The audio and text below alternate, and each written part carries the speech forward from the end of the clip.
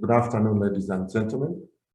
This afternoon, we are going to look at impairment of non-current assets. So there's a question already on the screen there. First and foremost, I want to explain how the impairment of a cash generating unit is allocated. That is very important. I'm going to look at the first allocation of the impairment. First allocation of impairment. First allocation must go to those assets. Those assets which are obviously impaired.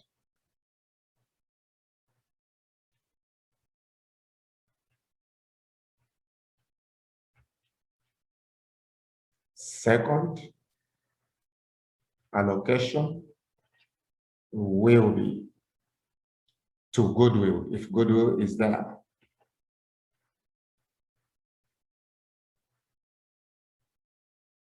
Third allocation will be to other assets.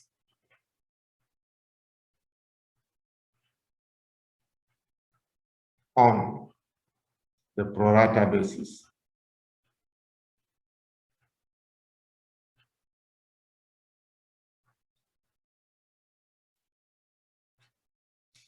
That is how impairment of a cash generating unit should be allocated. Now, where there are no assets which are obviously impaired, the allocation changes to first now goes to goodwill.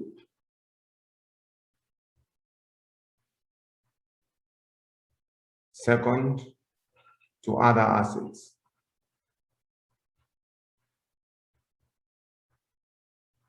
On the pro rata basis.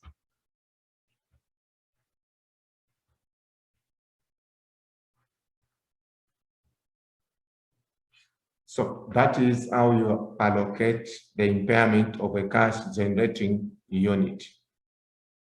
Now, I want to explain another very important point. A very important point on impairment is that an asset cannot be reduced below its recoverable amount. I'll repeat that. An asset cannot be reduced below its recoverable amount. That is very important. Another important point is that net current assets are outside the scope of IS 36, which deals with impairment. Therefore, in this question, we have the net, or rather current assets. The current assets in this question which we have are, there is cash, trade receivable. These you do not allocate any impairment. That's very important. Now, let's look at the question together and then answer it. ZAM or PLC acquired a business, cash generating unit on 1 April 2018 for 950 million kwacha. The carrying value of the CGU at the 1st March 2019 where, so we are given, so the carrying value in this case was 800. On the 1st March 2019, the cash generating unit was reviewed for impairment and had the value in use of 550 million and recoverable amount of 600 million. Further, management indicated that the net realizable value, it's important, net realizable value of the patent had fallen to 155 million. That simply means that's the recoverable amount. Therefore, the patent royalties cannot be reduced below 155 million. Okay, we have gone through that question. So we can create some space. Good. Now, a very important point also, an asset is said to be impaired. An asset is said to be impaired when the carrying value exceeds its recoverable amount. Its recoverable amount. That's very important. An asset is said to be impaired when the carrying value exceeds its recoverable amount. In this case, the recoverable amount is given here, which is 600 million. And the carrying value of the asset, 800 million. These are also in millions. So it has exceeded. What's the impairment? The impairment there. The impairment loss is, we can deal with thousands, 800,000 less 600,000. So there is impairment of 200,000. The impairment is 200,000. Now, what does the question say? We'll start with the calculation and then end with the explanation there. So the question there is, explain the difference between value in use and the recoverable amount of an asset. Calculate the CGU impairment loss. Explain how it should be allocated and the value of the CGU is to be reported in the statement of financial position. So in this case, we have calculated the impairment there is 200, and the amount that will be reported in the financial statement is the written down amount, which is the recoverable amount. So financial statement figure will be the 600,000 kwacha. Is that okay now? Now I want to explain the allocation. So let's look at the allocation. We already know that is 200,000 kwacha, which is the impairment. So we can now go to the allocation. We just create some space. The allocation there, we have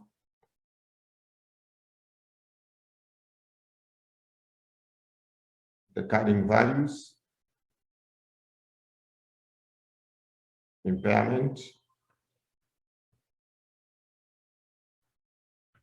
recoverable amount. So we have the property. First, we'll start with those which are obviously property. We leave it. The carrying value is 250. Then plant and equipment is 150,000. Goodwill there is 75,000.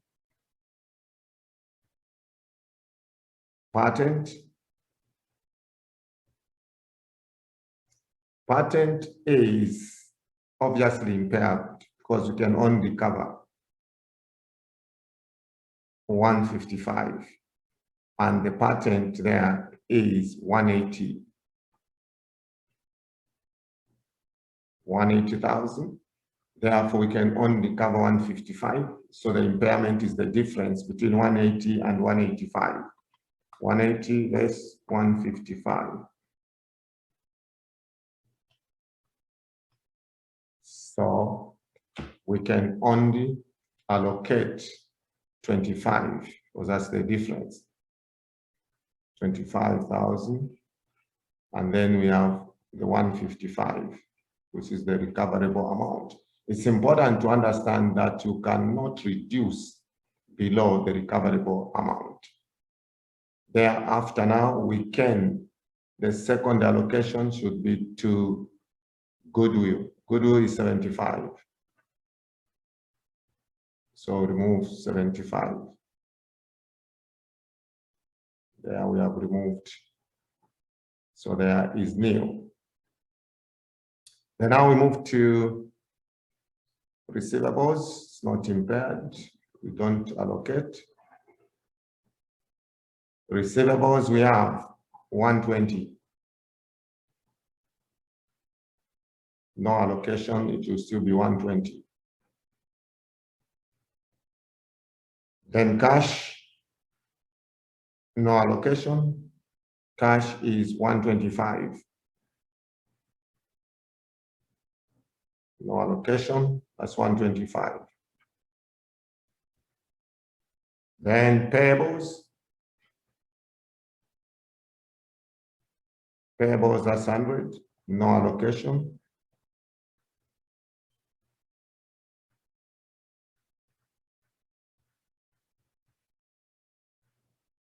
Then now the third allocation should be to those assets, other assets, which we have that and that.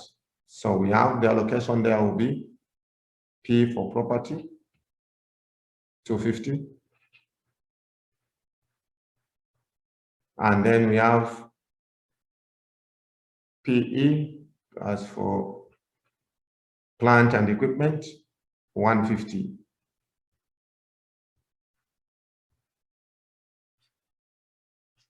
Total is 400,000. So this will be allocated, the balance which is remaining should be allocated in that proportion. That's 400. That is 400. We found the loss. The loss was 200. 200,000 less what we have allocated. We have allocated 25. We have also allocated 75.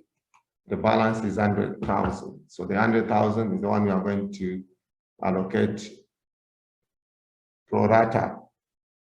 So there it will be multiplied by 100,000. They are multiplied by 100,000. On the first one there, it will be 250 upon 400 multiplied by 100,000.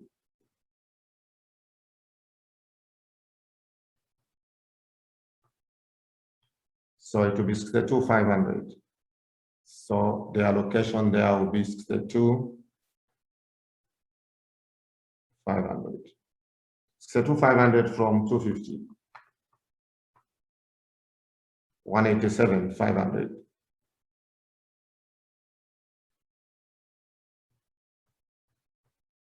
And then on the other one, it will be 150 upon 400 multiplied by 100,000. 37,500.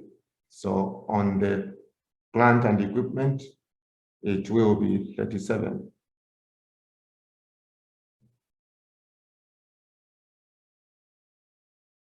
37,500.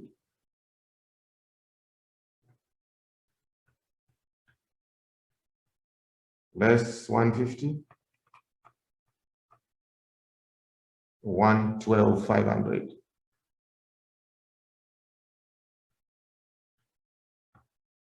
So that is the allocation. The allocation has been done. Is that okay now? Very good. So now, what is the difference between value in use and recoverable amount? I'll start with value in use. Value in use. The value in use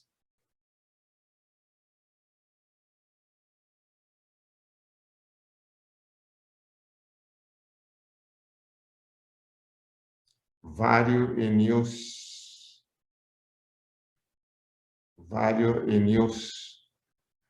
is the net present value. The net present value of net cash flows expected from the use of the asset. The use of the asset.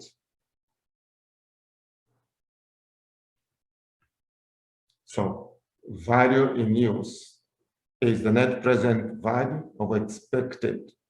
The net present value is the net present value of cash inflows from the expected use of the asset, including the disposal value. Now the recoverable amount. What will be the recoverable amount? Recoverable amount is the higher value. The higher value of value in use and fair value less cost to sell.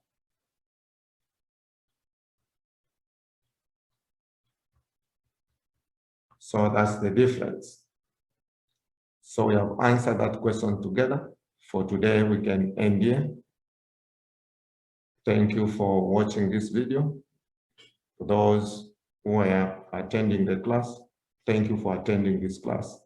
God bless you.